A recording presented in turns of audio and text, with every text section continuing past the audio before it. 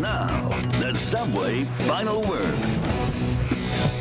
Welcome back to our Super Bowl edition of the Subway Final Word.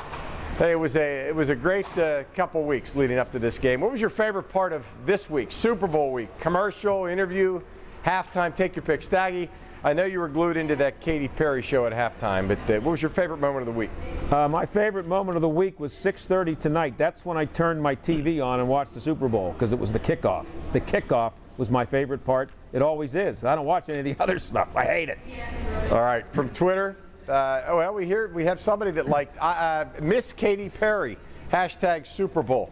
Thanks, Paul. Chris, how about you? Favorite part of the week?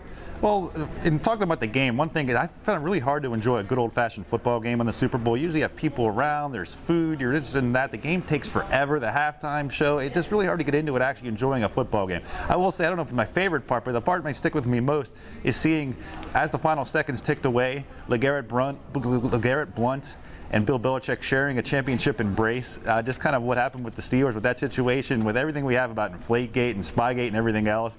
I don't know if anybody's ever going to believe there was no contact or any sort of message sent that LeGarrette Blount could end up with the Patriots, end up being the workhorse bounce back down the stretch. And I don't want to say they wouldn't have won the Super Bowl without him, but it certainly raises more suspicions for the Patriots that way, and they're not going to get any benefit of the doubt around here, that's for sure. Now, I know Mark was glued into Miss Katy Perry. I enjoyed Katy Perry a great deal. She's a fine singer with terrific pop sensibilities, and hey, what a looker. The best moment of tonight was when you realized, Pittsburgh, LeGarrette Blount, world champion of professional football. He left the field 10 seconds early. He got cut by the Steelers. Gee, coach, you really showed him. You thought you proved a point? The only guy in that mess that proved a point was LeGarrette Blount, Super Bowl champion. Stick that in your hair and rub it. All right, it happened last year when the Super Bowl came north to the New Jersey, New York area. What about Pittsburgh? There's actually been talk of this. Is Pittsburgh hosting a Super Bowl anywhere near a good idea? What do you think, Chris?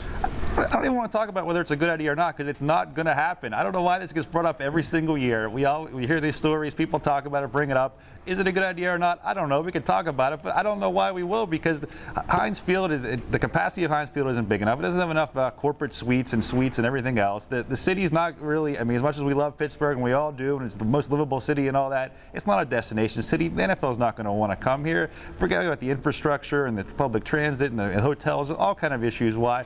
There is nothing ever in the history of the NFL planning Super Bowls that leads anybody to believe reasonably that this is actually a possibility. So I hate talking about it because this is not going to happen. All right, from Twitter, the weather today is why that can't happen. Thank you for that. Mark? Everything Buzz said was right on the money.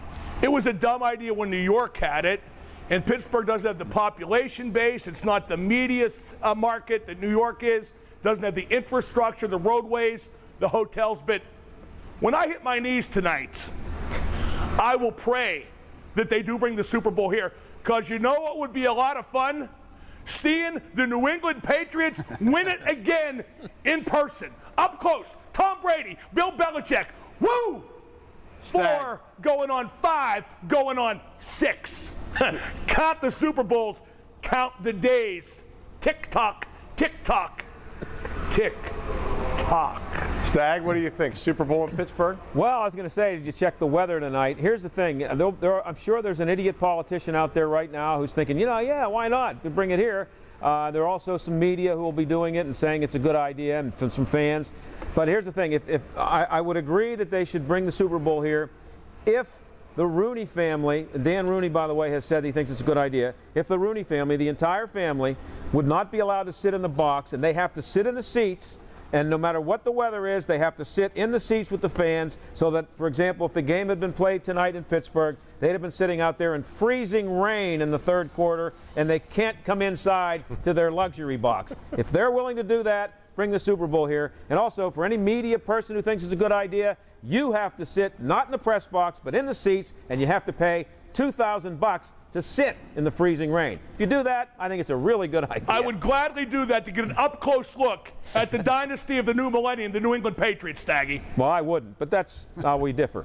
You would. You just won't admit it. And the Penguins, that's our fourth topic tonight. How concerned are you that the Penguins season might be slipping away? Mark, it's only February 1st. Let's not get too crazy, but are you concerned after this recent slide? I'm concerned after they've been involved in two clown acts over the past 2 weeks, that 4-0 destruction at Washington this past Wednesday and then losing 4-0 to Nashville at home today. But I was talking with James Neal, ex of the Penguins, now with the Predators, after the game today, and we were discussing the problems the Penguins are having, and he said, if everybody's healthy in April, everyone will forget this ever happened. And he's right. This team has that kind of potential. What frustrates me about the Penguins is people are misidentifying the problem with the team. I hear people complaining about the coach, Mike Johnston. Trust me when I tell you, Pittsburgh, 0.1% of you has enough understanding of hockey tactics and acumen to know if the coach is the problem. Take it from someone who does. He's not. I hear people complaining about the fourth line, guys like Craig Adams and Zach Sill. It's as simple as this, gang. The team is struggling right now because the good players aren't doing nearly enough. Sidney Crosby has 0 points in 19 games this season. That's unbelievable. I think Sid will be the solution. He's too good to play poorly for a long time.